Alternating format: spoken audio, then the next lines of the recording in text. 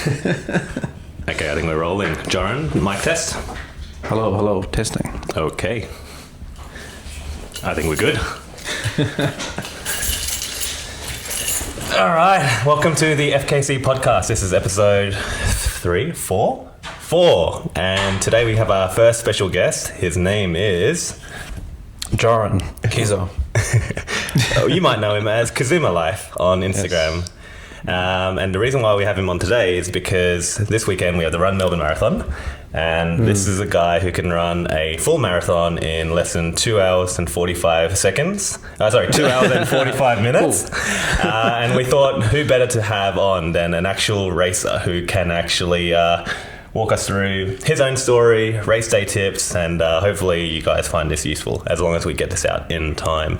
So with that, Jorryn, I might get you to do a little introduction of yourself, and then in today's episode we've got a whole bunch of questions for you. Oh, awesome. Yeah, thanks for having me on. So my name's Jorryn. I've been sort of a marathon runner for like about 2.5 years now. So I started running in February 2024, sort of as a way to push myself to see what I was capable of in terms of mentally, physically,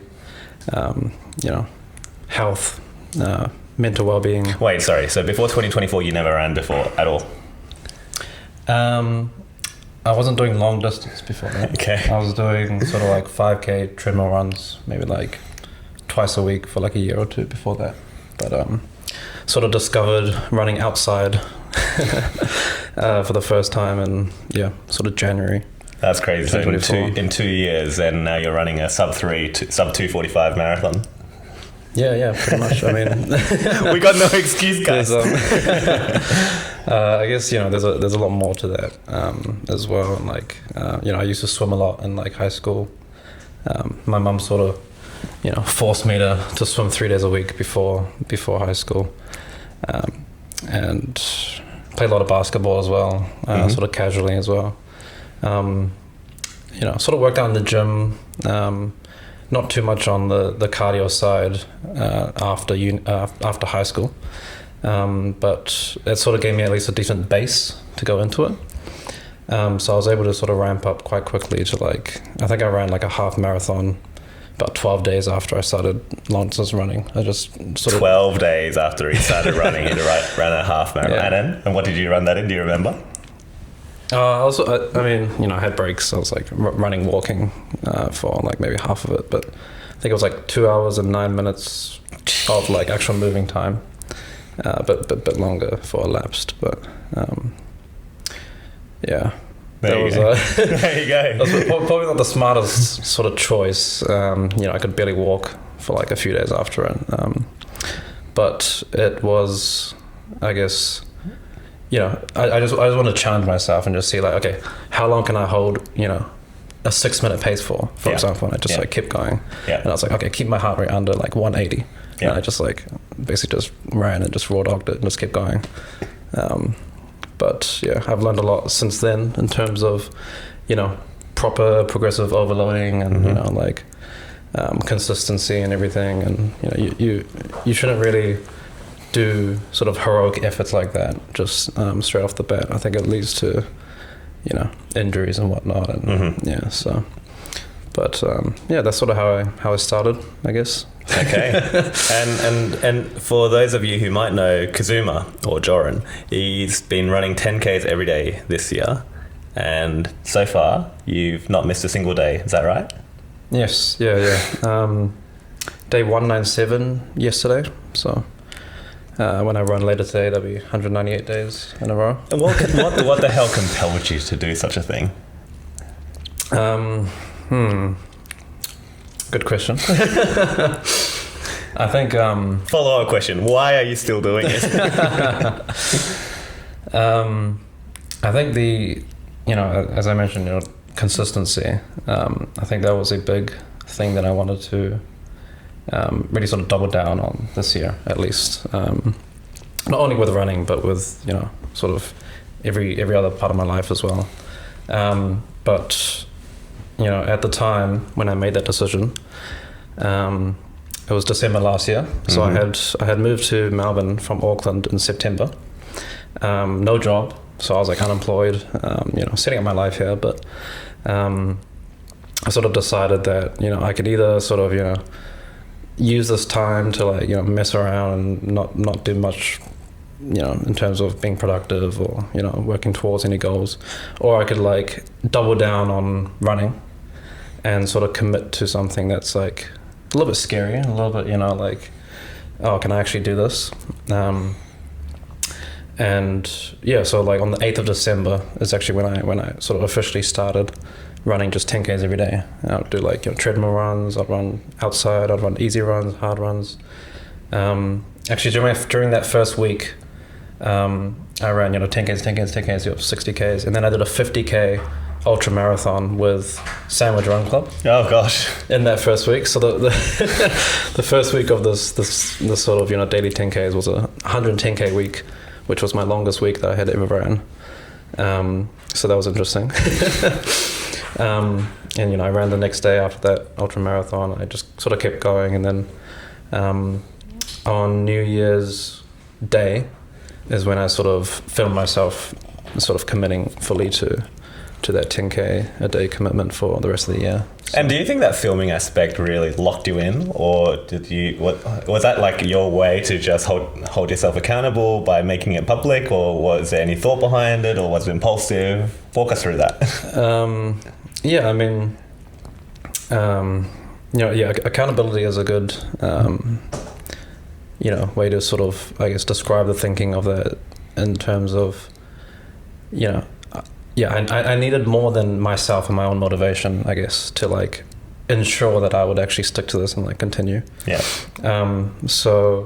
Putting that online public for people to see and sort of, follow along with and stay accountable with, and, filming every single run, posting every single run, that was a way for me to sort of be like, okay, I have to do this, Otherwise, excuses will come up, and there'll be days where I'm just like, I don't want to do this. But if I have, people actually watching and following on that journey, it gives me just that one extra reason to continue. Yeah. But also, it was just me being like, this is what I'm going to do this year. Follow along if you want. Just sort of cementing that as a goal. More publicly, I guess. So, I mean, I'm glad you did, because if not for it, and looks like Karis has entered the chat. She's trying to figure out where to sit. I wanted to put some peppermint diffuser for you guys. Oh, thank you. Oh, very nice. You feel like you're in a spa when you chat. Thank you. Just a special guest arrival. Sorry, Andy. She never turns that on for me, by the way. Oh, really? Hi, I'm Carrie. Hi, nice to meet you. Nice to meet you. You are elite. Yes. What can I do? Not quite, but... Oh, you're not putting that camera down to see your face? No, it's okay. I've got the view here already. So I could be half a face. No, I think you'll be in there. We'll have to cut this bit out. No, check that. Okay. But let's see. No, you're good. Okay, cool. Yeah, you're good. Where were we? Sorry. we were... Who's Karis? This is Karis. You're Jorryn. It's Jorryn. A special cameo today. We were just talking about why... Actually, we should put a guest in the middle. Oh, okay. I mean, sure. Sandwiched. Okay. So we were actually talking about how Jorryn posted his commitment to run 10K every day. Yeah, that's crazy. He's been telling me, man, I want to do 10K every day too, because Jorryn's been doing 10K every day, and you've done it for like a long time. 198 days. That's crazy. Yeah, I heard about you sort of wanting to start that. I did. Had you got injured? So it's not for the faint of heart.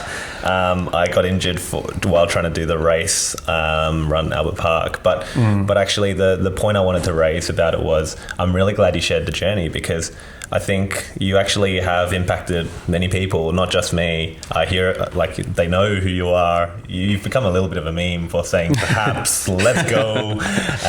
But also for me personally, I think one of the most meaningful runs that you did, and you shared in one of your posts and halfway through, was the day after Ballarat. Everything was hurting, yet the following day you still ran the 10K. And I think the reason that stood out to me was because you were able to so clearly articulate that it wasn't actually about fitness anymore at that point. It was about living up to this label and identity that you created for yourself, that you're not a quitter. And that gave me so much clarity of like, wow, you know, the consistency is not just a skill, but it can actually be an identity as well. So, yeah, like, why is it so important to you that you're not a quitter? $1 million question. Yeah, like, let's just get straight to it. Like, why? Like, what demon are you fighting? I think, like at the end of the day, you know, the sort of promise that you make to yourself, right? You know, regarding anything in life, but especially around something like this, you know, I made that as a promise to myself at the start of the year that I would, you know, commit to this, run every single day, not miss a day. Actually, in the video that I recorded, I did say, as long as I'm not sick, injured, or before and after a big marathon. Like, I literally said that in the video. But, you know, when it came to it, and it was like, oh, you know, I just ran Ballarat. I've been running for, you know, 100 and whatever days at that point. I was just like, well, I can either take that week off and like rest and recover and do what I'm meant to do after a marathon, or I can just continue the streak. Like, as long as I can physically do it, like, why not? Yeah. So I guess, you know, that was the idea around it. It was probably not the smartest decision. You know, obviously it can lead to things like injuries and other problems, but, you know, I did it and it was fine. I did it again after Gold Coast. It was a lot less scarier this time because I sort of understood that as long as I, you know, got warmed up properly and like, you know, pushed through the pain a little bit, like eventually, you know, 3Ks into the run, it'll be fine. But I didn't know that after Ballarat, and it was sort of a risk that I was taking.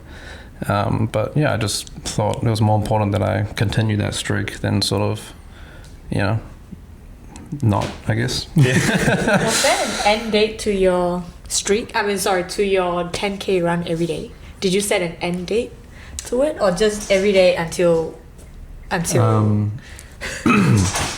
Yeah, I mean, at least for 2026. So at least until the end of the year. Just half a year. Half a year to go. Half a year left.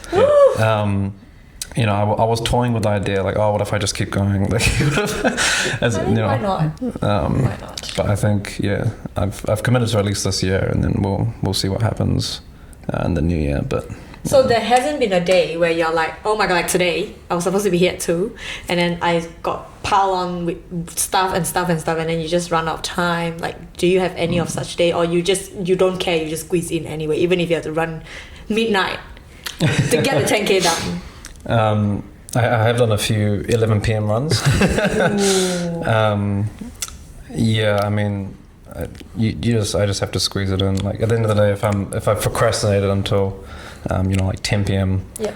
I just have to go out and do it, even if it's right before bed, even if it's like right after eating.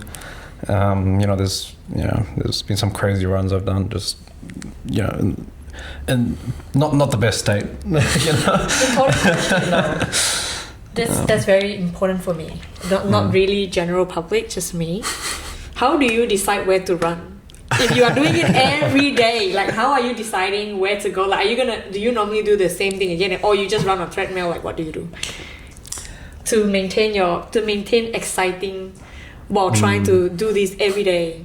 Yeah. I mean, the first like maybe third of the year, I was running along the Yarra River. Oh, okay. And that was sort of my route. So I just run out and back 5Ks, and there was like a few different routes you could take. Right. You know, sometimes at the Botanic Gardens and whatnot. But I eventually got quite bored of that, so I started running AP, Albert Park. That's been pretty good. I'm still, you know, on the AP grind. AP is easy, just 2 circle plus a little bit, and it's 10K.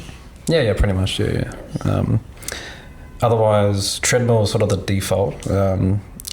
It's not the most mentally stimulating. It's not the most enjoyable activity, but it's probably the easiest on your body, right? It's like a, you know, soft, you know, like it sets the speed for you. You don't really have to think. You just run. Yeah. And I usually prefer it if it's like, you know, raining outside, obviously, or if it's like cold or something. But do you listen to anything while you run, or do you just raw dog it? Surely you're he's surely listening to the FKC podcast.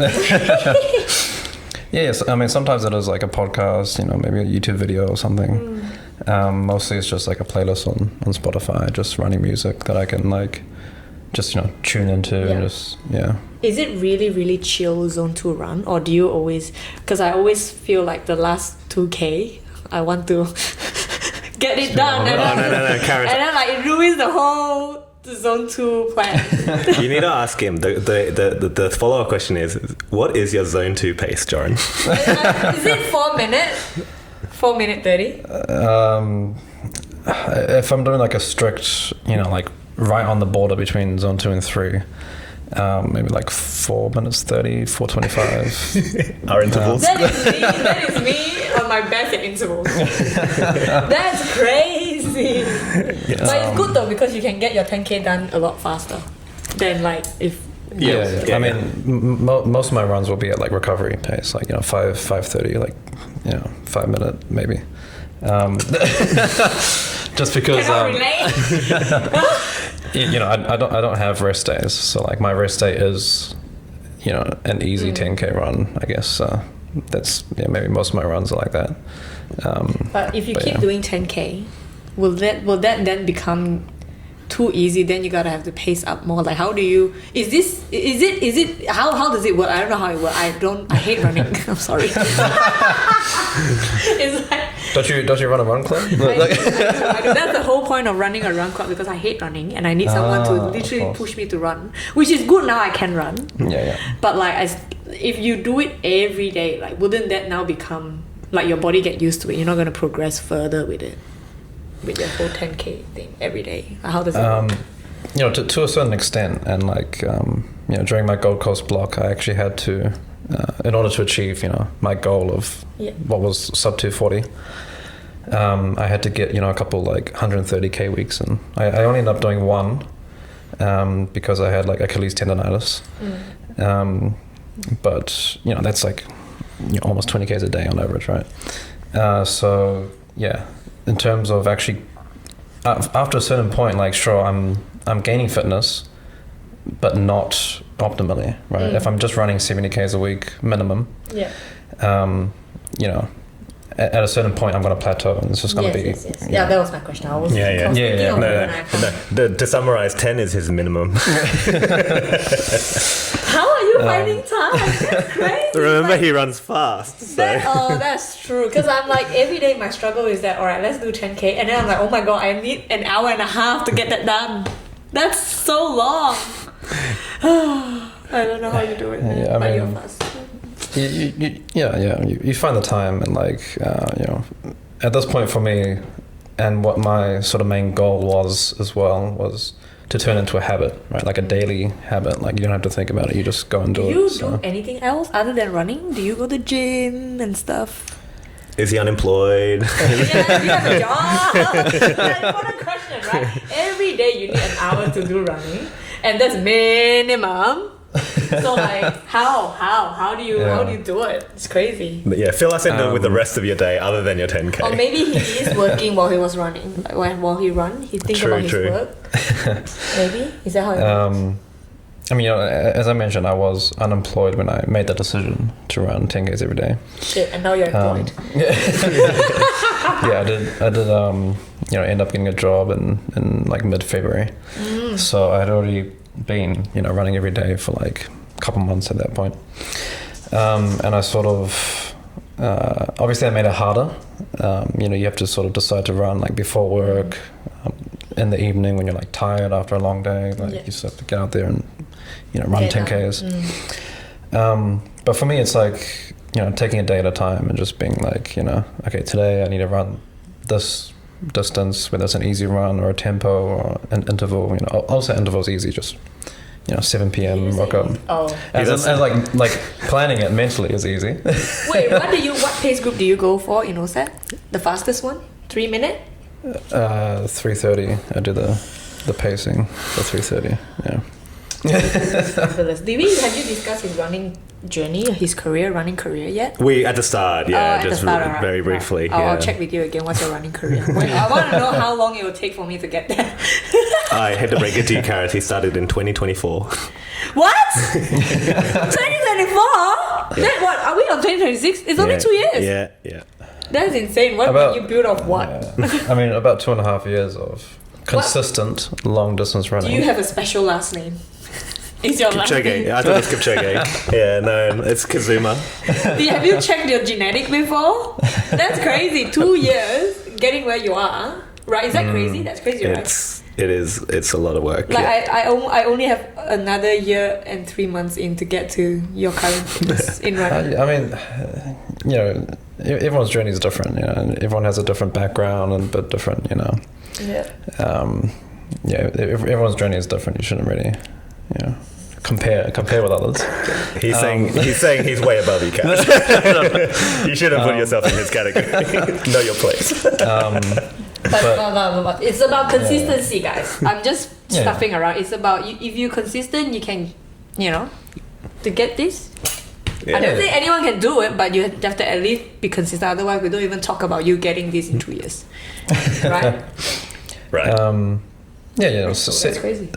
Setting your own sort of realistic, ideally, goals, and you know, working towards something that. I'm sorry. Just leave it. It's fine. That's the as long as it's not coming onto my mellow mat, it's okay. Leave it. So for the audio listeners, Kat is vomiting all the way. We've got a vomit trail. This is, I'm telling you. It's welcome to the chaos of FKC. Interesting. This man is only water resistant for a few seconds, so we're talking about consistency, and I think so. If we go back to now the race, you're racing this weekend, yes? Are you doing the half marathon? Run Melbourne, yes. Yeah. Going for Melbourne. a PB. Yeah. So, what are you aiming for? What would a PB be for you this weekend? Sub 75. Sub 75. Hopefully. And what does that translate into? Sorry, I don't speak Strava, so what does that go to in minutes per kilometre? Yeah. I mean, that's about an hour. Well, it was an hour and 15. Which is minutes per kilometre is 3:31, 32. So he's going to be doing. Sorry, why did you do interval at 3:30 when you are running long run at 3:30? Because he can. That's crazy. Wouldn't his interval supposed to be 2:30 or something? But if he does that, no one would be running with him. It would just be him by himself. Well, that's the elite of OSAT, right? That's how he's supposed to be. Yes. For context, if you go to the OSAT page right now and you go to the 5K official race results, at the top of that list is Jorryn Kizo. we got the OSAT goat with us today. Yeah. So, okay, walk us through then your game plan for race day. Is there anything special that you're doing on race day, or actually not even before we go into specials? For those there might be people listening who it's their first winter race. What can you share to make sure that they can prepare for success? I mean, we're only 2 days away, so no. The hard work is done, ideally. Let's say race. Take us to the night before. What's your pre-race routine on the night before? Carb loading. How do you get everything ready? What do you do when you wake up? How do you? I'll ask a very important question later relating to how you time your bowel movements. So let's just start with some carb loading. Are you carb loading right now? Is it too late to start? Should we be doing it right now or tomorrow? Yeah. I mean, you know, like for the half marathon distance, we're very focused on that. You can do essentially like a 3 to 4 day carb load. So today would be day 2. Yep. I guess. Sort of eating, you know, I think the recommended is like 10 grams per kilogram of body weight. Okay. So for me, I'm around like 69, 70 kgs. So that's like 700 grams of carbs. You know, it's definitely more important for a marathon. For a half marathon, you can get away with, you know, a bit of a more reasonable amount of carbohydrates. But I'd say at least, you know, 400, 500 carbs a day you can target. And that's really just to, you combine that with tapering, right, where you run less and you allow your muscles to absorb the glycogen and the extra carbohydrates. You do put on a bit of water weight, so make sure you're like hydrated as well. But that's just there to make sure your muscles are fully, pumped up with glucose. Yeah. So you can sustain that sort of race pace effort for over an hour and a half, ideally, right? And for those who may, again, for the first time, I have to learn what tapering is. Number one, explain what is tapering, and then B, what should someone who's tapering for the first time do to help trust the tapering process? Because it feels so counterintuitive. You feel like, what do you mean rest to go faster? So there's this thing called super compensation, which is where your body essentially, ideally you've been training for, months, right? Like 10 plus, 12 plus, 15 plus weeks, whatever. And you reach your peak week about 4 weeks before, your race, 3 to 4 weeks. And essentially your body is constantly fatigued, right? It's constantly, rebuilding. It's just trying to keep up with the mileage during those weeks. And then once you start tapering, you're essentially reducing your mileage to allow your body to fully recover and sort of, be best prepared for that race day, right? You don't want to go into the race fatigued or, under that sort of training stress, right? You want to give your nervous system time to reset and repair, before just completely obliterating it again with a race pace effort. But essentially in terms of fitness and your sort of, endurance capabilities, your body is used to you, outputting, peak mileage weeks. But once you suddenly taper that, you still want to run, right? You don't want to just rest and just, take 3 weeks off running. At that point, you'll start to detrain. But if you keep up a certain level of intensity, just reducing your mileage by, up to 20-30%, your body essentially recovers and then overcompensates to a point where you essentially ideally peak right at the race, right, where your body is the best in terms of fitness, and also your muscles are the strongest and the most prepared and ready for that race. So can you mention how many days pre-race to start to deload? Yeah, we're 2 days out, or now probably you want to start resting, but like let's say if you really have a plan, but based on a standard schedule, when do you start to slow down? Yeah, let your body recover. For a half marathon, sort of 2 to 3 weeks is plenty. 2 to 3 weeks? Oh shit. In terms of tapering down, you can get away with a shorter taper for shorter distances. For the marathon, up to 4 weeks, you want to significantly reduce your sort of mileage. Race week, you want to do maybe 1 or 2 runs max, maybe practicing your race pace, for example. And it just keeps your body primed and, maximizes your fitness. After about 2 weeks of, stopping training, I guess, that's when your fitness starts to significantly decrease. And that's when what we call detraining. So you want to avoid that, but you want to essentially taper off so that you're, maximizing everything. But it's a bit counterintuitive, but also it makes sense at the end of the day. It works. I mean, even for high rocks, it's irrelevant to marathon, but it's still running and also high endurance sport. We always deload on the last week. If I kept going, I would be fatigued on my race day. But that 1 week of rest actually brings me back to my best. Like if you feel refreshed and energized to go, so you do need that rest week, or according to him 2 to 3 weeks for a marathon or half marathon. That's a lot, but I feel like after 2 to 3 weeks I won't be able to know how to run anymore. I mean, you keep running, you just run less. But we're 2 days out. At this point, you can do like a shakeout run tomorrow on the Saturday. About 5Ks max, really. For me, it'll be 10, but Just to shake out, get the nerves out. You do build up a lot of energy as well, because obviously your body's again used to constantly sort of being under fatigue and running and everything, and suddenly you're deloading, you're eating a bunch of carbs, you have all this pent up energy, so sort of flushing that out a little bit and just calming the nerves and mentally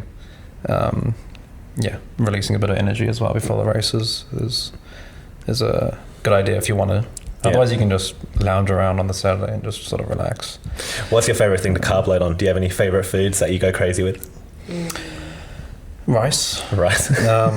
Eating McDonald's is not considered carb loading, right? I'm curious. Like, is it considered? Like, if I eat a lot of McDonald's, I had Macca's last night, actually. is that considered? Honestly, so when you carb load, okay, this is really something. It's a real question. When you carb load, does that mean that you can just eat anything that is carb, or like it has to be healthy carbs? Good is question. Is it a stupid question? I don't know. No. I mean, ideally healthy, or whole foods. Yeah. Rice is great. You can have pastas, and you can just have bagels as well, white bread.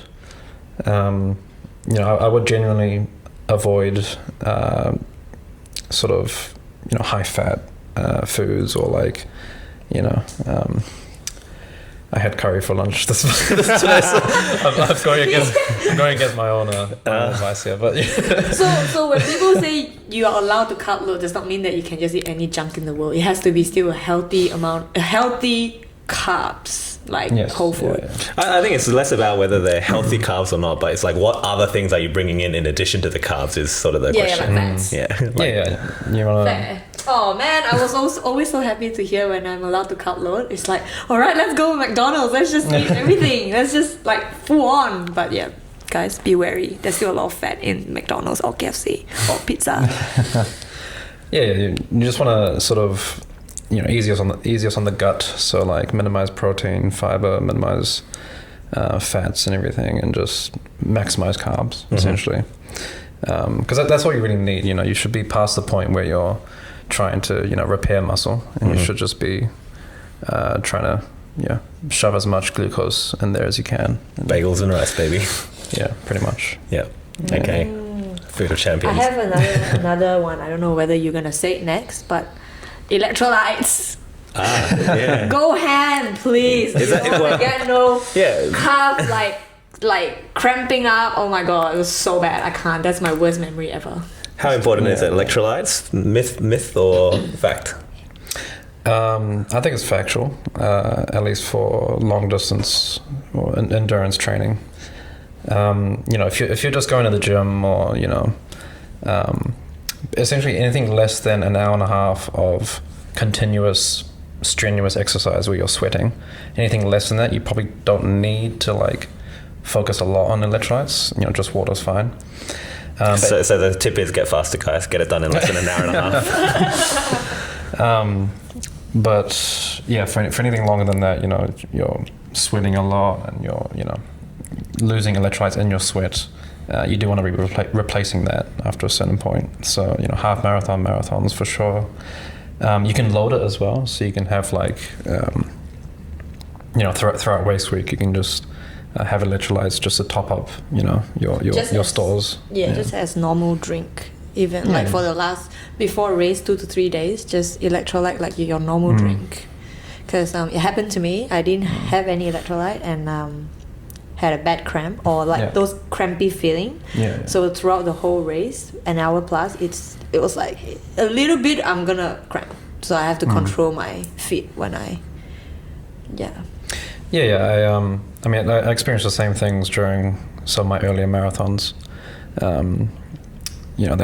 Cramping after the 20k mark. Did it actually cramp, or was it like you can feel it but you didn't let it cramp? The latter. So I was sort of it'll be like jolts through your leg, and then so bad. If you stop, you're like, oh shit, I might cramp or something. Cramp on the side of the road. And you sort of just have to push through it at that point, but definitely preventable. With the right fueling and the right electrolyte balance. I've I've started taking Supernatural Plus. If you've heard of that. No. We're just natural. You know, but a bit of a plug here for the brand, but it's for the 5 people listening. Yeah. Maybe 6. I don't know. Yeah, it's they started out in Hong Kong where it's quite tropical environment. People sweat a lot, and it's sort of needed a lot more there. But each serving is about 1,000 milligrams of sodium, which is quite a lot. It's about 2 to 3 times the serving you get from other brands. And I took that for my last marathon at Gold Coast, and it worked really well. I took it before. In the week of the race, before the race, and then also during the race, and I don't really experience any serious cramping or anything. So 1,000 milligrams is 1 gram of salt, right? I guess so. Yeah. So can you just take salt? Would that work as well? Well, it tastes nicer electrolyte. True, but I mean, I don't really want to just drink salt. Yeah, you can. I think there's like potassium and magnesium and other things in there as well. But sodium is definitely the most important part. So if you want to make your own blend, you can just theoretically do that. Just drink salty water. Drink salty tap water. Done. Yeah, it reminds me of so I've done a few 7-day fasts, which is essentially no food, no calories of any kind for 7 days straight. And the only thing we can consume during that is water and salt. Oof. So essentially just to keep that electrolyte balance going, to make sure you're not dangerously low. You don't want to be drinking salt water. I feel like that dehydrates you even more by drinking. Like the feeling of salt water dehydrates you. I know it hydrates you, but it feels dehydrating. Yeah. Salt feels dehydrating. I don't know. I just have that feeling. It feels dehydrating. I don't want to try it. It's just a feeling. Definitely in moderation. Too much is not good. But that's important. So if you're broke though, then sure. Yeah. I mean, if you're not, and if you can pay money to go marathon, I don't think you cannot afford. From the drugstore. Powerade's on special at Woolies at the moment, so go crazy. Wait, Powerade is Powerade electrolyte? They're not, right? Are they? Yeah, it's got electrolytes. What about sugar-free Powerade? Also have, yeah. Because the other time because Calvin always have his drink sugar-free, which also kind of defeat the purpose. You kind of want the sugar in there, but if you go sugar-free, then why drink Powerade? Well, sugar dehydrates you as well. Oh. So it's actually better sugar-free, you think? If you're not exercising, it's definitely better. But if you are mid-exercise, that the sugar is helpful in terms of that. But sugar-free option's not bad. But there's not too many electrolytes in the Powerade anyway. Like you're better off, Supernatural Plus, for example. Wait. So what's the difference? Now I'm lost. Right, the difference between gels and electrolyte. What is? Oh my god, I'm lost now. Now I confuse myself. There is a difference, right? One is carb. One is yes.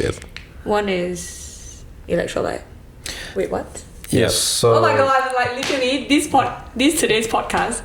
I'm like the dumb one today. It's okay. Welcome to being human. Oh my god! Well, I have to be dumb so then you guys can look smart.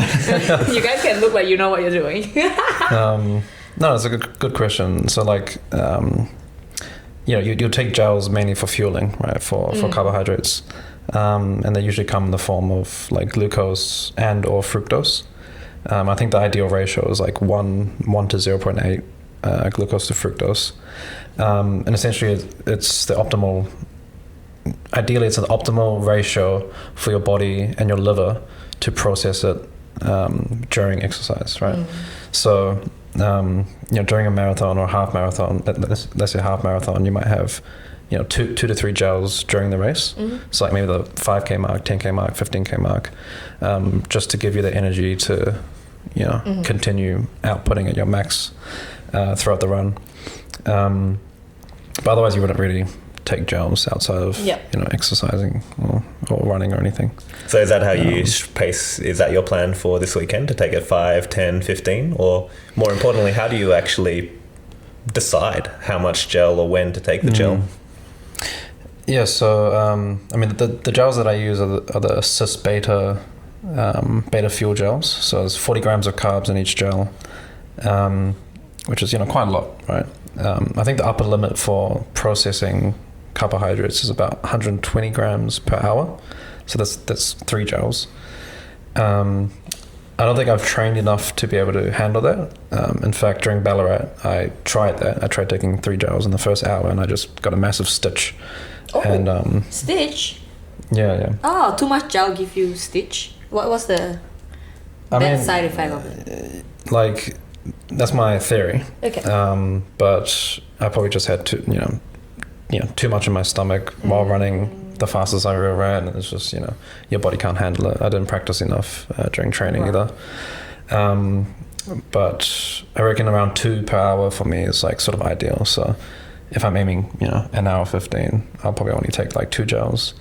5k 10k is probably plenty. And that'll give me 80 grams of carbs, and hopefully with the carb loading and with breakfast, hopefully that's enough carbs to take me to the end and get a good race. What's your breakfast on the morning of the race day?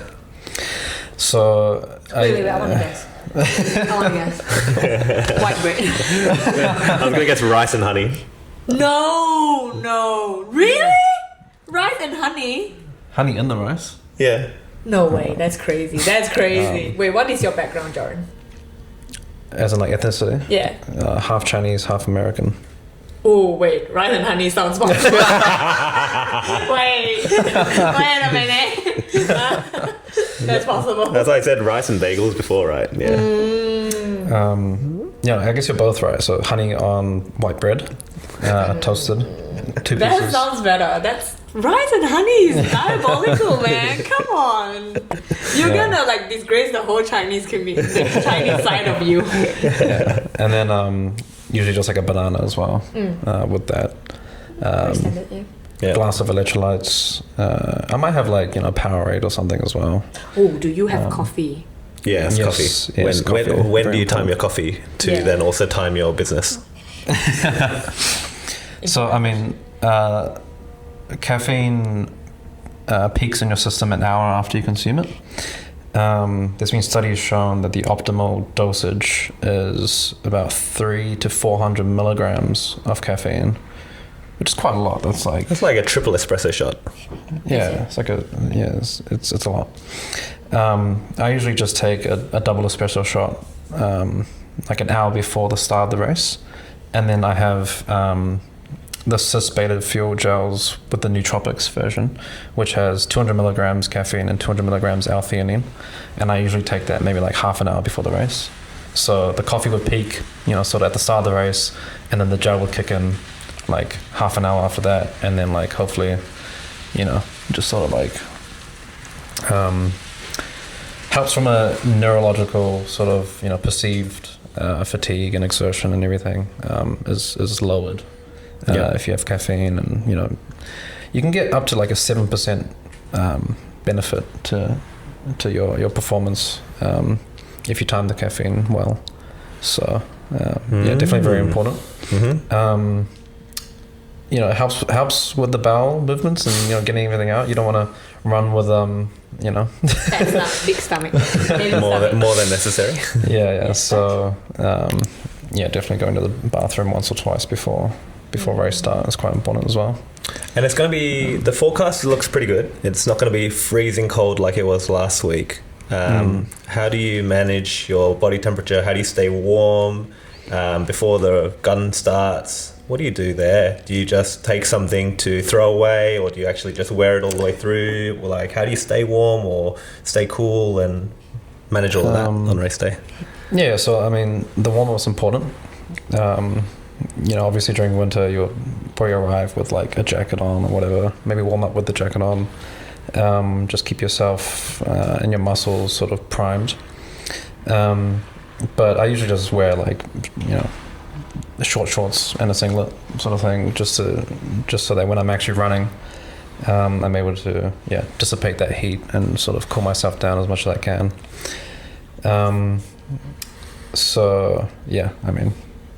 just stay warm. Back to the toilet question. I've never run a half marathon, like a proper event. Oh yeah. How frequent are the toilets? I think it's, as someone that's never actually been to marathon, I would fair like question. to know, because then I need to plan my system. You know what I mean? I need to pre-know the information like that. So how often do you get toilets? Ideally you don't go to the bathroom during the race, but if you really have to, I think they're placed, usually around like every 3 to 5 k's, I think. And there is water station, right? Yeah, 8 stations. Yeah, that's usually around 3 to 5 k's as well. You have water, maybe electrolytes there, sometimes gels. Just make use of them. Sort of, don't feel like you should keep running as fast as you can while grabbing the water and chugging it down. Like, it's okay to slow down and even walk and take it in, because sometimes it's more important to get the hydration in than save like 3 seconds, not running. So now, is there a fast lane or a slow lane in the path that you run? Is there a rule with marathon? Yeah, race etiquette. Yeah, that's a good question. Yeah. Is there such thing, so that I can make sure our people that first time they know where to go, they're not being blocking people and stuff like that? Yeah, definitely don't cut people off or run into anyone. That does happen more often than you think. That's how you win. You run into them, they fall, and then you can catch up.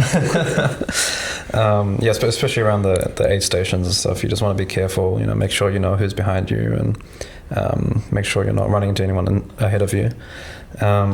But take it slow if you need. Grab the water and just try to be out of anyone's way. Generally,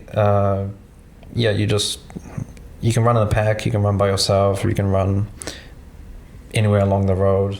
I guess if you are seeing a lot of people pass you, ideally you let them pass on the, I guess, the edge that's turning in, close to the edge. The tighter circle.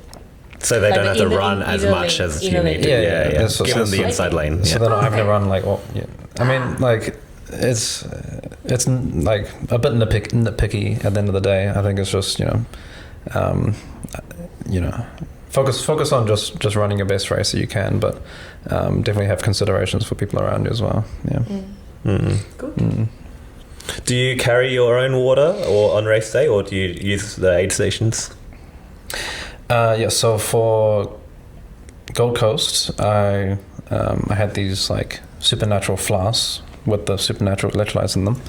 You take every chance.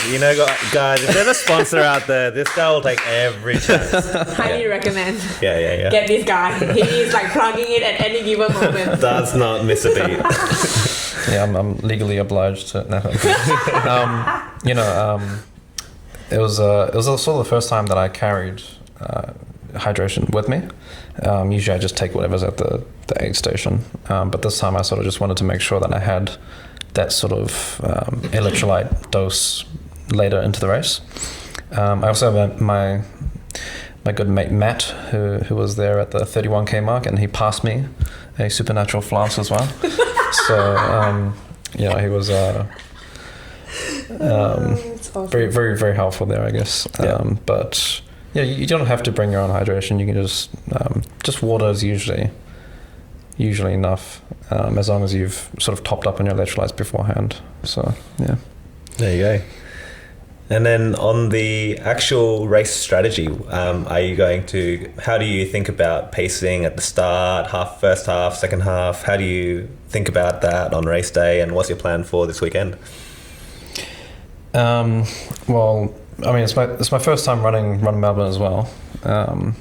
Is that different? I mean, at the end of the day, running is running, right? Like, does it matter Ballarat or Gold Coast or Melbourne? Like, what's the difference? I genuine question. Like, what is the difference? Is it terrain or what? Or temperature? The main thing will be, the course, how hilly it is. You can't really control race day conditions, right? If it's windy or if it's hot, like, you just have to, run to the conditions, right? I made that mistake in Ballarat where I had that goal of sub 240. And so I literally just ran that pace, which was like a 3:47 pace for the first 15 Ks. And it was like, it was crazy because there was a massive headwind. It was way hotter this year in Ballarat, and I just completely blew up at the 16K mark, and basically was just like my race was done. Like I was just hobbling to the end. For Gold Coast, it was, they're both sort of flat courses. Gold Coast is flatter. But it was also windier, it was also hotter. A lot of people had like heat stroke that day as well. It got pretty dangerous. But it was the first race that I was actually like, let me run to the conditions. Let me not just laser focus on this pace and just try and, force it. I was sort of just like, let me take a conservative, see how my body's feeling. And yeah, it worked really well. I ended up running a negative split. What's a negative split for those who just looked like Harris just now? No, I just wanted to not interrupt. I was thinking maybe as he go, we'll get what it is. So a negative. Don't call me out like that. A negative split is when you run the second half of the race faster than the first half. Oh, okay. So again, that's a bit counterintuitive in a sense that you're fresher at the start, you have more energy, but if you use all of that energy too early on, your body is just you're gonna bonk, you're gonna hit the wall, things will go wrong essentially, because you've used up all your energy and all your sort of if you just run to adrenaline at the start of the race, you're just gonna crash. It's like when we play the racing game, Karis. You always use your boost too early. You're only 0.01 second faster than me. There's nothing to be proud of. The key word is faster. Yeah. But if you see any marathon or any professional athlete who's set like a world record time, for example, they're always like 10 to 30 seconds faster in the second half of the race than the first half, and they're able to essentially pace themselves and leave enough in the tank to run like their fastest kilometers at the end of the race, right? For me, for Gold Coast, I was on track for 2:45, but I really needed to. I still need to really push at the end, and I was glad that I had saved up enough energy to do that, because what happened was the last 5Ks was purely in headwind. So it was just if you never ran into headwind, it's essentially the wind blowing towards you. Yes. It feels like you're running into a wall. How strong was the headwind? How strong was it? Because sometimes a little bit of breeze, or like was it heavy breeze? Is it because you're so tired that a little bit of headwind will feel a lot, or it is really a lot of headwind? It was a decent amount. Okay. It's like running uphill, almost. Sort of, yeah. In terms of, I think it was something like if it's like 20 Ks per hour wind against you, it feels about 10% harder, or there's 10% more energy that you have to expend to run the same pace. And 10% is a lot. Like that's the difference between marathon pace and like interval pace almost, or like tempo pace, right? So I had to really push against that and sort of average a pace that was slower than ideal, but like at an effort that was harder than the rest of the race in order to just get under 2:45. But I was glad that I paced myself for that, because if I had ran out the first half, way too fast, and then just tried to claw on at the end, I anything could have happened in those last 5Ks. I might have DNF'd, I might have, gone way slower, maybe had to walk, maybe cramped out, So pacing is very important. And, it's great to have a target. I'm a big advocate for failing forward, which is setting essentially a goal that is a bit unrealistic, a bit probably somewhat like physically me impossible. Asking for 3:30, that'd be like not realistic at all. I mean, depending on your training, Yeah. So if it's for me, it would be like asking for a 5-minute pace for marathon. That'd be like unrealistic. Yeah. But achievable. It would be a stretch for you, but yeah. I think as in if everything went perfectly right and, you know, conditions were ideal and, you know, your training and everything went perfectly and, you know, you felt amazing on the day, you have maybe like a 10% chance of achieving it. Like definitely possible under all the perfect circumstances. But 9 times out of 10, you're not going to achieve that goal. But for me, still setting that goal and still trying as hard as I can to achieve it. Although, yeah, I am failing most of the time. I'm at least further ahead than if I had set a more conservative goal. You know, if I had always aimed for 245 or maybe 250, I might have never actually got into 244 in Gold Coast in the end. Because I set the goal for 240, I was aiming a lot higher than what I ended up achieving. But that achievement would still be further ahead than if I had set a much more conservative sort of goal. Set your mindset right from before the race. Then you will be able to try to push through it. But if you set your goal to be, you know, comfortable, then you're unlikely to go beyond it. Yeah, but the thing is, if I do that, how do you find the mindset to give yourself the, let's say, kindness and graciousness to recognize that it's a stretch goal, but at the same time push yourself to that goal, be like, no, don't, like, now's not the time to give up, now's still the time to keep pushing forward. What's your mindset like on race day to balance the don't give up and keep pushing, but also recognize that this is a stretch for you? Yeah. Sorry, can you repeat that question? Because it feels me. If I go, it's an unrealistic goal, I just tell myself it's an unrealistic goal. Let's just, you know, give myself a way out. But if I know that I must do it, then I know I'll just almost kill myself doing it. So how do you balance those two ends of the spectrum when you're setting those goals like that and on race day? Yeah, for sure. It's definitely not. In terms of being mentally, you know, happy with your performance, it's definitely not the best for that, right? Like, pretty much after every single race I've ran, I've felt some sort of, you know, regret or some sort of like dissatisfaction or, you know, unhappiness. Yeah, because I've set such a goal. You know, even for the OSAT 5K race, I was aiming for, like, you know, at least a 15:30, you know, sub 15. What? Which is like ridiculous, right? Wait, sorry. What did you get for OSAT 5K? 15:58 in the end. So you say he's sub 17, he's actually sub 16. You inflated his figure. Wait, so how fast are you running? 15:58? How fast is that per kilometer? It's like a 3:12, 3 minutes 12 seconds. Yeah. How tall are you? I want to see, you know. 6 foot is. Yeah. That's 183. So I would never get there. I'm about 180ish. But yeah. 180ish. 5'11". And a half. But anyway, you know, I was happy with, you know, winning that race, right? And also, you know, I was suitably, you know, I was like lying on the ground for like 5 minutes afterwards. Like, I was completely spent. In terms of trying my best and trying my hardest, you know, that's what I did. And at the end of the day, that's what you should sort of strive for, right? Like, just putting everything out there, going as hard as you can, doing your best, and ideally being happy and, you know, sort of fine with that at the end of the day.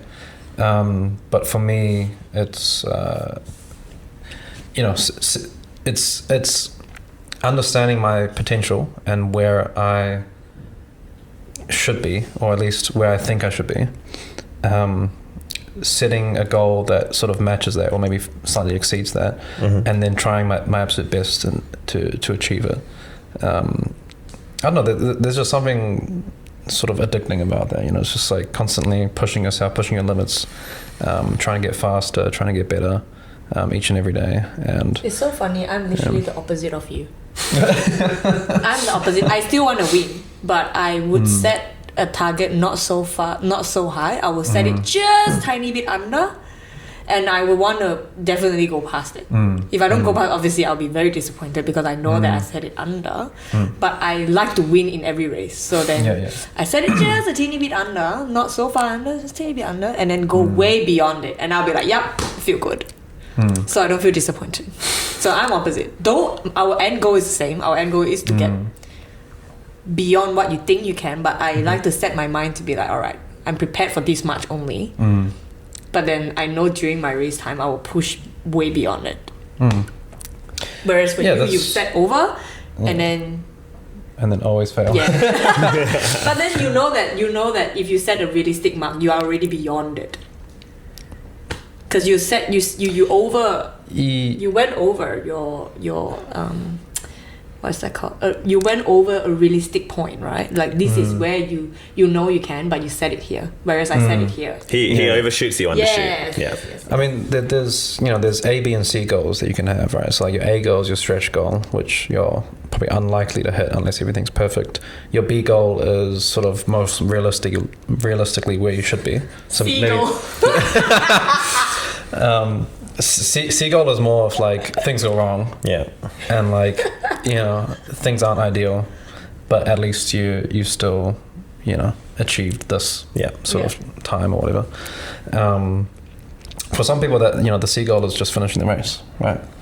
And then B goal and A goal is depending on where you think your fitness should be. But over time, you'll sort of learn where that is. I think that's a healthier way to go into a race, having A, B, C goals rather than a single arbitrary point of success. You have a range of success, and I'm sure everyone before going in they thought about it in their head. They just don't. Well, we don't talk about it like that. But now that we talk about it, now I realize that I'm always setting myself on the C goal. But I will be really disappointed if I didn't hit B. I know it. I know I'll be disappointed if I didn't hit B. If I hit C, I won't. I will push it until I reach B. But I'll never set myself on A. You don't even think about A? Nah. Maybe because running is a very unknown territory to me. I don't know what my limits are. But so far, I've always surpassed my set goal. Yeah. Well, fair enough. What's your A goal for, let's say, OSAT 5K next year or even beyond? Where do you see your ceiling? Where is to your future self? You might look back on this. Where do you see your upper limit to be as you continue to get fitter and fitter? Before that, though, I want to know what is a person's physical like. Let's say you're the fastest person in the world. What is the time? That's a question for ChatGPT. You mean like the current world record for 5K? Yeah. Oh, 5K. Like, what is the max that you could get? Well, then I'll know how far you are with it. Yeah. The current marathon world record, it was set in London this year. Sebastian Sawe. It was 1:59:30. So it was the first ever sub 2 hour marathon in an official race. So that's the current, I guess, physical limit. They'll get faster. But yeah, that's. But 5K will be a lot faster, right? 5K will be a lot faster. Yeah, sorry. Yeah, that's for 5K, the marathon. Yeah. I don't know what it's like 12 minutes something. Okay. Something insane like that. But you're a long distance runner, right? So should we be asking you the marathon question or the 5K question?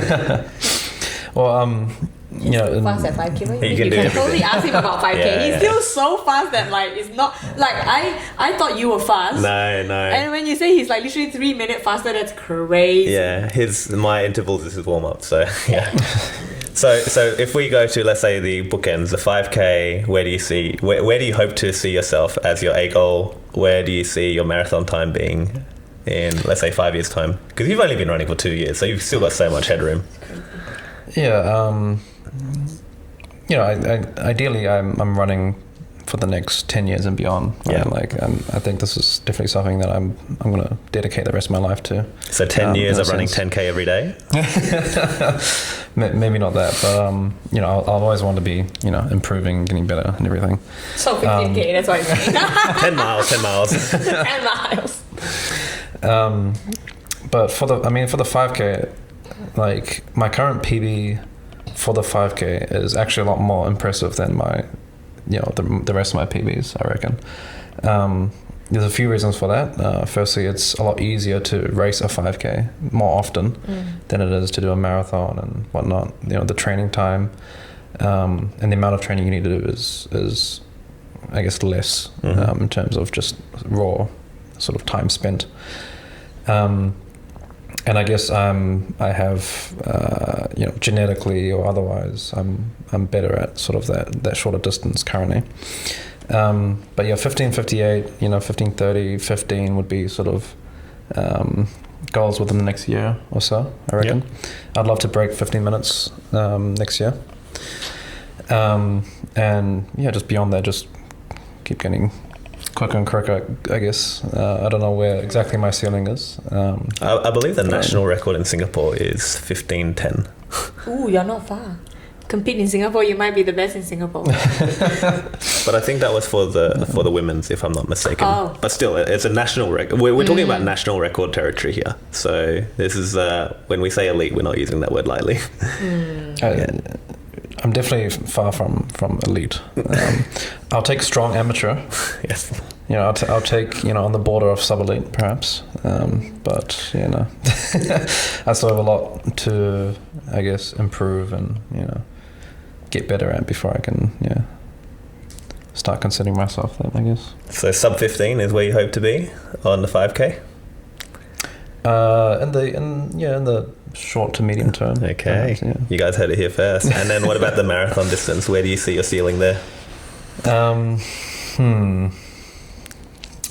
Say the answer that you would otherwise be too scared. Just say that one. The A goal. We want to hit the A goal. We want to hit the A goal. Well, I mean, it depends on time frames and everything, but sub 2:30 is definitely. I think that's when. Yeah, that's like official sub-elite territory, sort of sub 2:30. Hoping maybe within the next 2 or 3 years to get to that. Definitely at the rate that I'm improving, it's not sustainable. I don't think I can continuing to do 5 to 6 minute PBs every race. I'll definitely start plateauing at some point. But yeah, definitely within the next hopefully 5 years at least. I can get close, and then after that it's just seeing what other priorities I have, and seeing if I can continue to train and get better, and There you go. What got you into running 2 years ago? Did we ask that? We did at the start, but I want to see your reaction to it as well. Yeah. I guess I'll take it back a bit further. So when I was 16, actually, in 2016. 27 right now. So about 10 years ago. The One Punch Man anime? Yes. Yeah, so that came out in 2016. I watched the first season of that. And one of the episodes, they talk about his training. Yes. Training regime, right? And it's like, every single day, 1 banana, 100 push-ups, 100 sit-ups, 100 squats, and then 10 kilometer run every single day. And he did it for whatever amount of time, and then became bold, and then became a superhuman. And that sort of inspired me a little bit, and I was like, oh shit, what, One Punch Man inspired you? What the heck? Yeah, I mean, I was 16 at the time. I was just like, all right, let me do this. I went out for a run, and I could only run 2Ks at the time. And I did that 3 days in a row, and then I got shin splints, and then I quit. I just fully quit running, and I just gave up on it. So it's pretty surreal. He took the increase your mileage slowly to heart. Yeah, it's pretty crazy that 10 years later, I'm actually doing that goal or that dream that I had back when I was 16.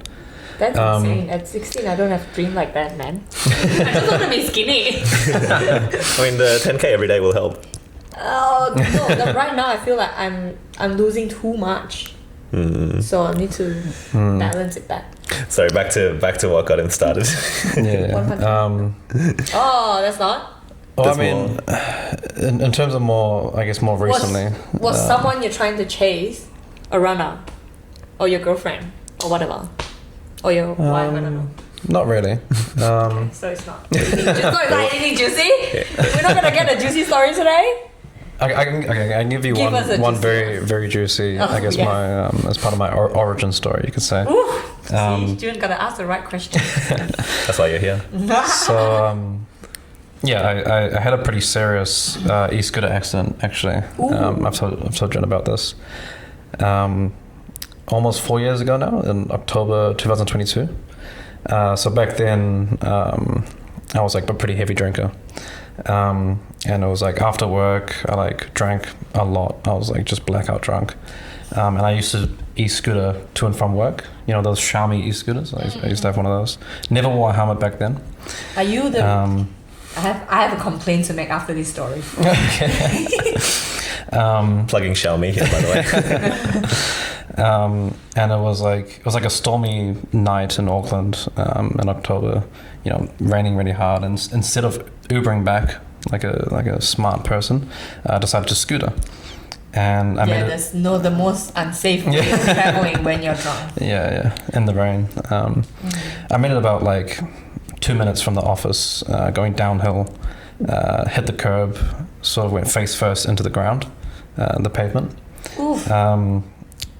I was just, unconscious on the ground for about 3 hours. It was like until like 2 a.m. when a random person found me lying there. It was still raining.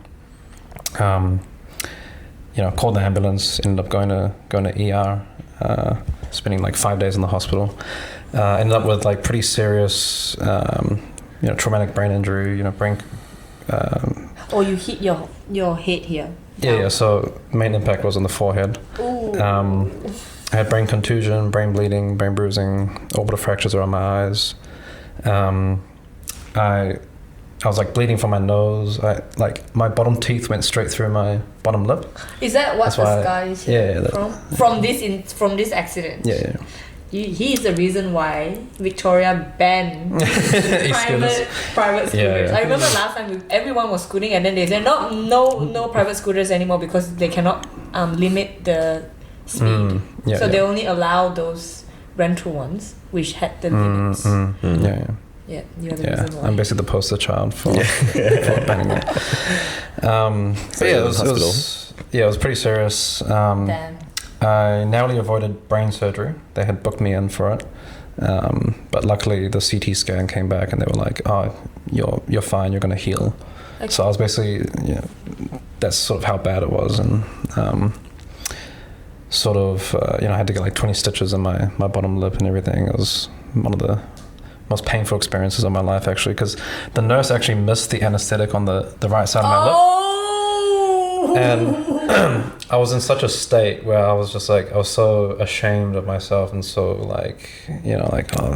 I'm just going to take it. Like, I didn't do a single complaint. I was just like, I deserve this. No. And like I was like grabbing the side of the bed so hard, my like knuckles were like white from the pain. It was insane. But I was like, God, that's brutal. I just had to take it. So it was pretty traumatic event for me. One that really made me look at my life and be like, what am I doing? Yeah, and decide to be on foot instead. I trust this more than any electric stuff. The running came a bit later, but I just remember being in the hospital bed on day 3 when I had sort of sobered up and I was sort of getting my head around what had happened. And I was just like breaking down crying on the hospital bed. And I sort of said to myself, like, what have you done? You've changed your life, the course of your life with this one stupid decision. And then I sort of snapped out of it and I was like, yes, you have changed your life, but who says it has to be for the worst? Who says it has to be negative? From this day forward, why can't you be better than who you were before this accident or who you were yesterday? And I sort of made the promise to myself in that moment to be better every single day. That's awesome. Become a better version of myself every day and to become the best version of myself that I can be. That's good. That's sort of like the catalyst that sort of started everything. Spent the next few months like recovering from that. got into like philosophy and health and like how can I optimize everything for my brain to my body. That's where the 7-day fast came in, basically to I guess like repair my brain, right, and like flush out the compounds that build up after concussion and things like that. And autophagy maxing. Yeah, autophagy maxing. Yeah. And my physio, or I think it was like an osteo or whatever, recommended me to walk on the treadmill like 30 minutes, 2 or 3 times a week, just to help with the blood flow through the brain and everything. And so I was like, okay, yeah, fair enough, I'll do that. Eventually started jogging, eventually started running a bit more, and I started doing sort of that 5K treadmill runs twice a week. I did that all throughout 2023 as a way to, help just, repair, rehab my brain, and, I basically just did a full sort of like, revamp for my habits and my health and everything. I actually continued drinking for that year. It was such a big part of my identity that even after such a, near-death experience like that, it was still something that I wanted to do. But I knew deep down it was wrong for me, right? Like, it's a poison. It's like, it's toxic to every cell in your body. Like, it shouldn't be something you consume. You drink to get drunk, or you drink to quench your thirst? I drink to forget. I feel like people around me be like, oh, I quit drinking because. I'm like, why quit? I love drinking especially at the beach, that's the best time to drink beer. I think if you have a healthy relationship with drinking, it's okay in moderation. Like, were you escaping with drinks? Like, were you using it to escape, or like you want to get drunk, you want to get why? Why was it so entrenched your identity? Yeah. Okay, well, it's even a longer story for that one. Jorryn How much time do we have? Were you an alcoholic? Would you consider yourself an alcoholic? I'll say borderline. Yeah, I was getting pretty close to it. I wasn't drinking like every day or anything, but 2 or 3 times a week at least, ever since second year of uni. The bad breakup with your first ex, and you start drinking, and then like uni parties and everything. I was like hosting massive events. And you do not look like a drinker at all. You look so zen. You look so like you just go to the temple and then you just meditate. We actually need these before photos of Jorryn to put up in these segments. Yeah, I want to see you 4 years ago. That's crazy. I cannot see like this whole fit right now is very like zen, very calm. Yeah. Like, I look like the drinker. Out of all of us, I look like an alcoholic here. It's I'm definitely very different now than I was back then. But I liked who I was when I was drinking. I'm a natural introvert. I was the quietest kid in class in high school, believe it or not. I was just very shy, very lacked confidence, lacked self-confidence. So it boosts your ego a little bit when you drink. And just liquid courage. And I felt like at the time I was my most authentic self when I was drinking. Right, like obviously it was a false idea, but it was just one that I was like, it was part of my identity because the person who I was someone who drank and someone who partied or whatever. And then it sort of became a dependency for me as I, even into full-time work and everything. But yeah, it sort of culminated to that accident where I almost lost my life. And I sort of thought that like, is this serving me anymore? Is alcohol, actually benefiting me? And the only reason that I could think to continue drinking was socially, or like because it was something other people did. But I didn't want to continue living my life based on other people's expectations or society or anything. I wanted to live as best to myself and like who I believe I should be. So I did like a 3-month break during that year, completely sober, ended it with a 7-day fast. And like, after investing that much into, your health and like trying to optimize everything, going back to something like drinking is like, it's almost insane, so you right? both don't drink anymore? No. For me, 4 years. Oh wow, nice. Yeah. No! Congrats, man. No one's gonna have a a beer with me here? That's crazy. I'll have a non-alcoholic beer with you. Oh my god, no! That's crazy. Yeah, like I did go back to drinking after that break for the last 3 months of the year in 2023. But every time I drank, I just had a lot of anxiety and just like stress, and I was just like my body was basically rejecting it, my mind was rejecting it, and I was just like, yeah, no, this isn't for me anymore. What about non-alcoholic drink? Non-alcoholic beer. Is it the alcohol content or the taste that's like throwing you off? I think both at this stage. I'd rather just have a Coke Zero or something. No! I decided on sort of New Year's 2024 was the day that I'll decide to quit drinking or continue. I'm sad for myself. Happy for you though. Okay, I guess you can guess that that's sort of the day that I fully quit. I was actually in Thailand in the full moon party. I had this bucket of alcohol in my hand, and I was like drinking it, and like as the fireworks went off, I was like, yeah, no, I'm done with this. Like this will be my last ever drink, and that was the last time I ever drank. So yeah, wow. 2.5 years now. I'm proud of you guys. I'm really proud of you guys. really, really, really. I don't have a stop story to quit drinking. You're just too happy, carrots. I don't have a stop story yet. Yes. But I mean, yeah, it's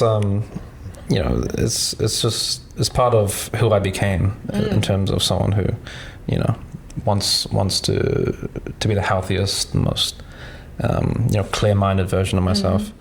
And then about a month after quitting drinking on that day, I did another 7-day fast at the end of January, and then I did like a 8.5k run like 2 days after it, outdoors, and I was like, oh wow, this isn't too bad. And then as I said earlier in the podcast, I did like a 22 kilometer run like 12 days later, and I just sort of fell in love with running after that. And 2.5 years later, I'm still running. That's amazing. Well, long story short, he started running because of rehab. Because he has to. See, no one likes running. No one's gonna go into running willingly. You must have a reason. Okay? For him, it's rehab. For me, it's because of high rocks. I have no choice. I want to do the stations, but I don't want to do the running. Just get a runner on your team who can run. Wow, that's crazy. You guys all have crazy stop story. Like, if anyone ever invite me to a podcast, I'm not gonna be able to pull any interesting story. Like, that's crazy. Like, you actually, like, inside and out fully changed. Yeah. It would be so great. It would be so good to see like these before photos, and then we should put it in this. Please back for a before photo, just so we can put like the side. In thumbnail or something like that. Like Jorryn in the party days. No, but even just like the surgery photos, are the pretty gnarly ones. That'll be kind of crazy. Did you take any photos from that? There's one on my Instagram actually. It's my we'll plug it here. sub 3 hour marathon post. It's the last photo of the slides. All right, we'll dig it up and put it on. It's pinned on my profile. So did you have a partner when you had this incident that lasted until now? Yes. Your wife? My wife, Tanya. Yes. So she saw through everything. Yeah. I mean, we've been together like 7.5 years now. Yeah. We've been married for like just over 2 years. Yeah. That's probably one of my biggest regrets from that incident, or like what happened, was the effect that it had on her, and sort of the trauma that she went through, that my family went through, my friends. It's something that I'm still trying to almost make up for and like repay in some way, to be like something that's never going to happen again, and making doing everything I can to make sure that that never happens again. So but it's crazy because she dated Jorryn 1, now she's getting Jorryn 2. It's totally two different person. Like, how is she handling that? Is she liking the new version right now? I mean, maybe she's like you, like, where's my drinking buddy gone? Oh my god! It's like, what happened to the party husband that I married into? Because like I feel, because I know someone that had a total change as well, like almost like not recognizable. It's like something flicked and then they just changed. Like you can't really explain how, but it just flicked. Yeah. Where's Tanya along this journey? Is she with you on every change, or is she? Where is she? Tanya is the wife. Yes. Oh, hi Tanya. Yeah, she'll definitely watch this. Yeah, no, I mean... Tanya, do you drink? I'll sub in. She, yeah, I mean, like, in uni and stuff, you know, I think everyone sort of goes through that sort of period and that, you know, drinking culture and everything, especially in Auckland, was quite big. So, you know, back then maybe, but she's not much of a drinker or a partier now, anyway.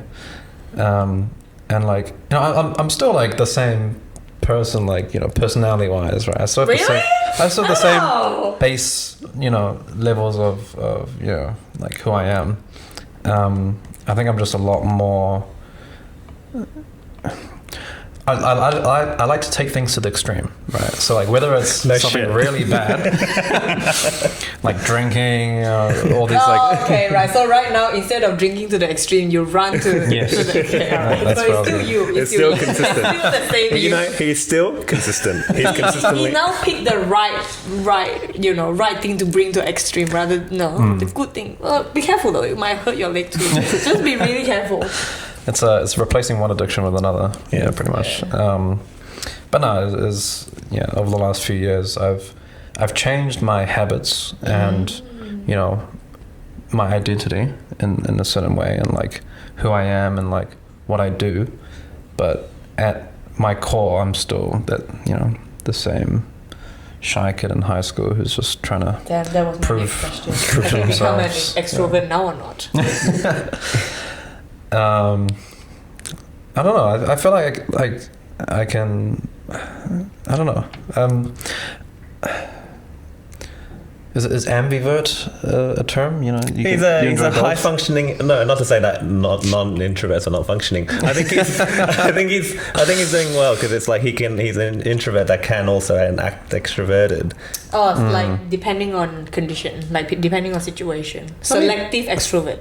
Yeah, I match the energy of people around me. I guess I can say that. Yep. But yeah, no, I think I'm still, you know, yeah. I'm still the same person. I have more experiences, more confidence in certain areas of life, and I'm still working a lot of things. I still have like severe imposter syndrome, for example. You know, I have a lot of. That doesn't go away, by the way. Imposter syndrome on what? Oh, that's Calvin. That's my husband. Oh, cool. Calvin, say hi to Jorryn. Calvin. No, but you asked a juicy question. Imposter syndrome on what? On everything. Yeah, I mean. Why? You don't feel like you belong, or like belong? You don't feel like you feel lucky to be where you are? Is that why? Or am I understanding imposter syndrome wrong? You don't feel like, wait, sorry. For me, it's never feeling like you're good enough, or never feeling like you're sort of, you know, worthy. Oh, hello. Sub 16. You guys want tiramisu? Sub 16, babe, 5K. He only started running 2 years ago. 2 years ago. We are still in the podcast. Yeah. You want tiramisu? After. That sounds good. Thank you. Nice to meet you. Imposter on. He don't feel he's good enough. Yeah. Or just like, you know, I guess it ties into. But this is okay. Well, I know now, because you are a type person. You always want to achieve under. You always put yourself in a position where you. I always feel like I'm achieving because I always aim under. Yeah. That's why every time I achieve, I feel good, right? But you have a tendency to put yourself under. That's why you always feel like. I think it's a mindset thing. Like setting myself up to fail. You are constantly setting yourself up to failure. He will change that and see how you go. Maybe it will change something. No, I think as his competency improves, so does the ambition for his goals, right? His goals are always +1 of his ambition is always +1 of his competency. So as his competency goes up, so does his ambition. And for as long as there's always that gap, he's going to feel like not enough. Yeah, but he's always setting that gap for himself. Yes. So you literally did that to yourself. Pretty much. Yeah. Set C. Come on, come down with me. Come to the C zone. C class. Come to the C class. You feel good. Yeah. I've got another question, because actually to hear about your change, that dramatic of a change, yet you're still together with the same person for 7 years. That's actually quite a significant achievement, actually, because people who are in a relationship, to survive, they have to adapt to each version of the person they are with and becoming. So we did a dating topic last week, so I sort of want to segue that back in. Like, what advice do you have for relationships, or relationship advice do you have for people to stay together as they adapt and become different versions of each other? How did you and Tanya do it? Good question. I think at the end of the day, as long as they're still the person that you love and you want the best for, and it's still the priority in your life, you'll find a way to make it work, right? So Tanya, you love addicts. I think like you have your ups and downs, you have your arguments, you have things that you don't really agree on, but as long as that sort of He's literally questioning Tanya as well. Like, wow, what are you doing, girl? Tanya, what are you doing? No, I'm kidding. Surely she loves you. There must be enough love for her to be able to accept all sorts of change. Yeah, and love overpower everything. Yeah, and she's been a great influence on me, and sort of has been having to guide me towards, the right path, whether that's career-wise, whether that's the type of person I should be, whether that's being an honest, more honest version of myself as well. I've learned a lot from her, and she's helped me grow quite substantially, and vice versa, hopefully. And you sort of grow together in that relationship, right? Like, ideally you don't want to stay the same forever. No, right? for sure. And as I said, there's qualities that you have that I think shouldn't change, right? Like who you are at your core being, and whether you're someone who's extremely patient, extremely kind, extremely loving at a base level. Sure, you might have your flaws, like everyone does, but just loving that sort of core part of the other person, sort of wholeheartedly. If they end up changing that, yeah, fair enough. Like, He was the core man. I think you're right. But yeah, you can always improve and be better as a person, but yeah. I feel like, to be honest, a healthy relationship is a relationship that keeps changing. You don't stay in one spot. Yeah. I mean, if you're staying in one spot, you're not growing with each other. You're not improving and be better version for each other. You are just staying in the same spot. That's like weird. Yeah. That's weird. If you're not growing, you're rotting. Oh, that's a line. That's a bar. So that is your... Yeah. That's going to be the title of the podcast. If you're not growing, you're rotting. That's true. It's true. That's true. It's very true. Yeah. It's great. Wow. I don't know how the topic of marathon suddenly got so... No. There's merit in both, in running and in marriage. It's all about endurance. Adapting. That's true. Yeah, That's true. I strongly believe a marathoner will have a very healthy relationship. Yes, they can withstand all the pain and the endurance and adapt to the conditions. Alright, I shall now become a marathon runner. Actually, how do you consider a marathon runner? Are you a marathon runner if you have done a marathon, or like how do you identify as a marathon? When do you start calling yourself a marathon runner? Controversial question there. Yeah. I can only really speak for myself, right? I like when I first started running, I didn't think I could call myself a serious runner or a marathon runner until I could run sub 3, right? Which is like insane. Like See, you keep That's setting an yourself insane- up for crazy stuff. FKC, if you're listening, even if you've done a marathon, sorry, it's not sub 3 another marathon. This is the OSAT standard. It's just, I guess that was a standard for me in a sense.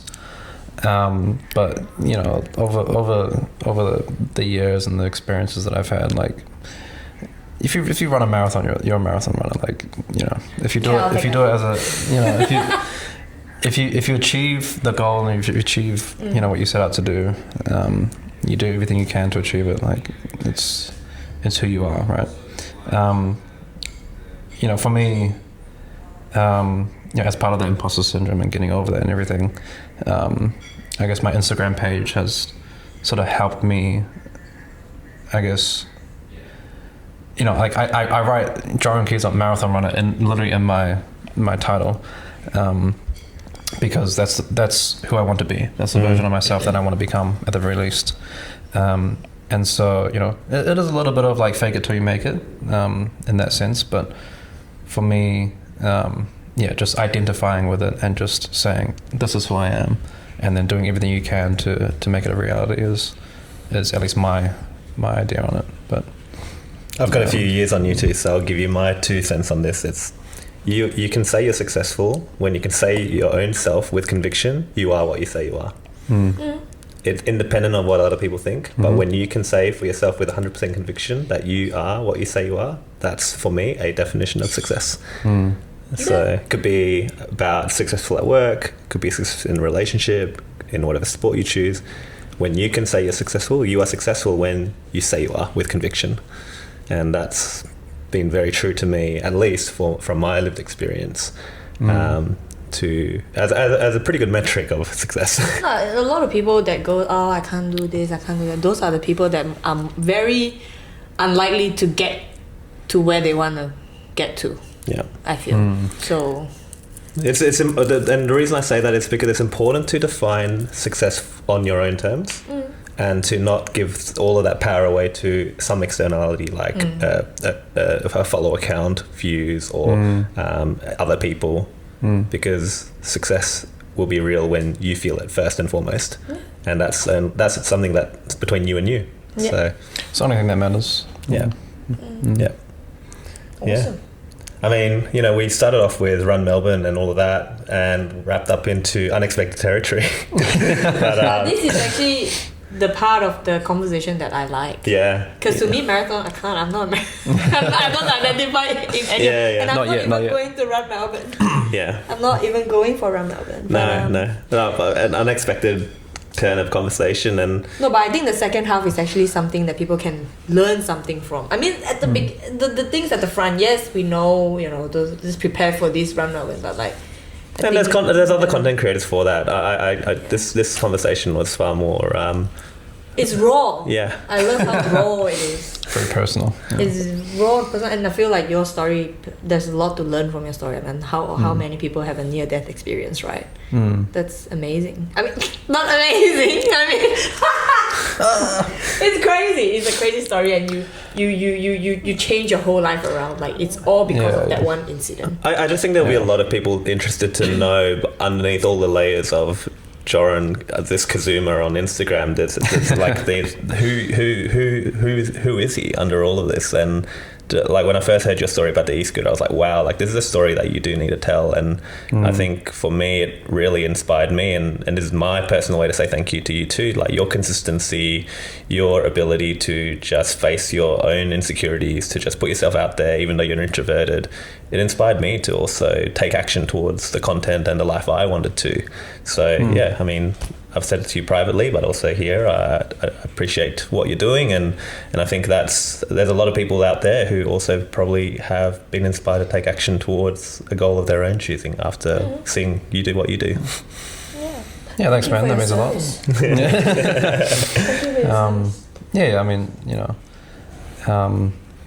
if I'm able to sort of share my journey and inspire others to change something about themselves for the better, and chase after a goal or a dream of theirs, that's just icing on the cake. That's a bonus, I'm sure. I'm sure some people will need today's podcast. Yes. Some people will need. Yeah. Yeah. They will want to hear it. Yeah. Yeah. Oh, There are a lot of people that are not very... They are very lost. A lot of people are lost. That's what I realized from meeting a lot of people this year. So many of them are lost. They don't know what to do. They are just like living day by day, like with no aim, no nothing, no goal. To me, it's mind-boggling. That stuff to me is crazy because I always plan very much ahead. I never live like... I don't like to feel... I don't like to not know what I'm doing. So I feel like, you know, some people can be inspired by your story. For me, it just took this guy who was like an idol into like a human relatable level, like underneath all these crazy times and these incredible achievements, to just learn who you are as a human being. It's been so enlightening to go like, wow, like where you started, where you are now, just I think these conversations help to just help people realize you're human too.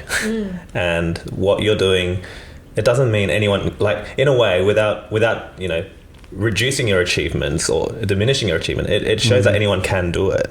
And if they put in the work, you've obviously put in the incredible amount of work. It's not like there's some secret formula or secret training thing you're doing. I'm just built different. in saying that as well, though, like if anyone is suffering from any form of bad addiction, please get out of it before you have to get into a big accident. Then you realize that you were in a bad addiction. Like I always try to tell people, don't you keep doing this because you haven't seen the consequence of it.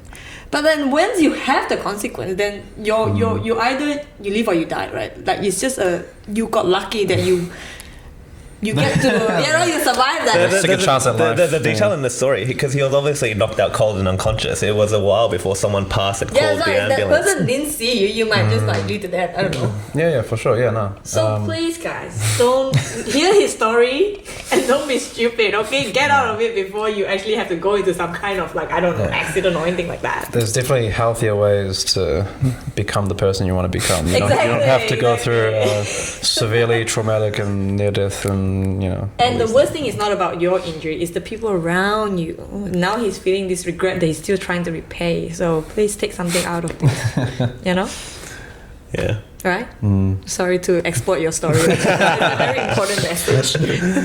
I think, I mean, it's been long enough now that I've sort of made peace with that. I've forgiven myself for that, but it still drives me every day. It's still a promise that I continue to uphold with myself to be better. It'll be a lifelong journey for me. And it all sort of came from something extremely negative and, sort of life-threatening and has turned into my divine purpose in life, you could say. It's good. I'm super happy for you, seriously. Yeah. It's crazy. I think that's also a very hopeful message for anyone who's going through a hard time right now. You know, exactly. this is it might feel really hard right now. You might be listening or hearing to this and going through something really difficult right now, but the other side of it, the stories that you can have, the impact that you can have on the people as a result of that, the relatability that you create, and the story that it tells in who you become by overcoming it. I think it's a really, really hopeful message that you can be going through something really difficult, but gosh, it's going to be used for something good down the track. It's just not obvious right now. Yeah, it's all about perspective. Yeah. Well, look, this has been a much longer episode than planned as well. I'm not sure, but how long does your battery last? No, it's a different camera, so yeah. So it's longer. It's can 3:55. We have that's 2 hours. Bro, okay. You started at 2. Joe Rogan, we're coming for you. I think we have to be a 3-part podcast. It starts with just the marathon, and then you cut his life story to 2. So then there's something to look forward to in part 2 of how you came out of your horrible story. We'll put a cliffhanger in there. Yeah. That's it. Make it 3 parts. Or this can just be someone's long run. Or a 10K for Jorryn. So maybe at that, let's call it a day. I think we got some tiramisu to eat. And Jorryn, thanks for being with us. I got some juicy goss today. That's my whole purpose of being here. Yeah. So yeah, no, thanks for having me. Yeah. It's been fun. Thanks for coming. And apparently this was his first podcast. No way. We popped the podcast cherry. You always remember your first. Oh, love that. No, I think you have You're a natural. You have good story to tell. Yeah. You're good at it. Thank you. And you're very informational. The information that he has on all the electrolytes and all kind of stuff, the percentage of things and stuff, I'm like, where are you plucking this information from? It's wild. Just a lot of ChatGPT, a lot of Googling. You know. It's like, oh, you even mentioned something about how long does the caffeine takes to kick in and all sorts of that kind of detail. Oh my god. Yep. Wild stuff. That's why we call him the GOAT of OSAT. Alright. With that, we'll wrap it up. We'll wrap it up for today. And Jorryn, thank you for being our first guest on FKC. And Cool. for those of you listening and have made it this far, you guys are the GOATs too. So thanks for tuning in. Until next time. See ya. Cool. Cool. Bye. Yo, this battery power is insane.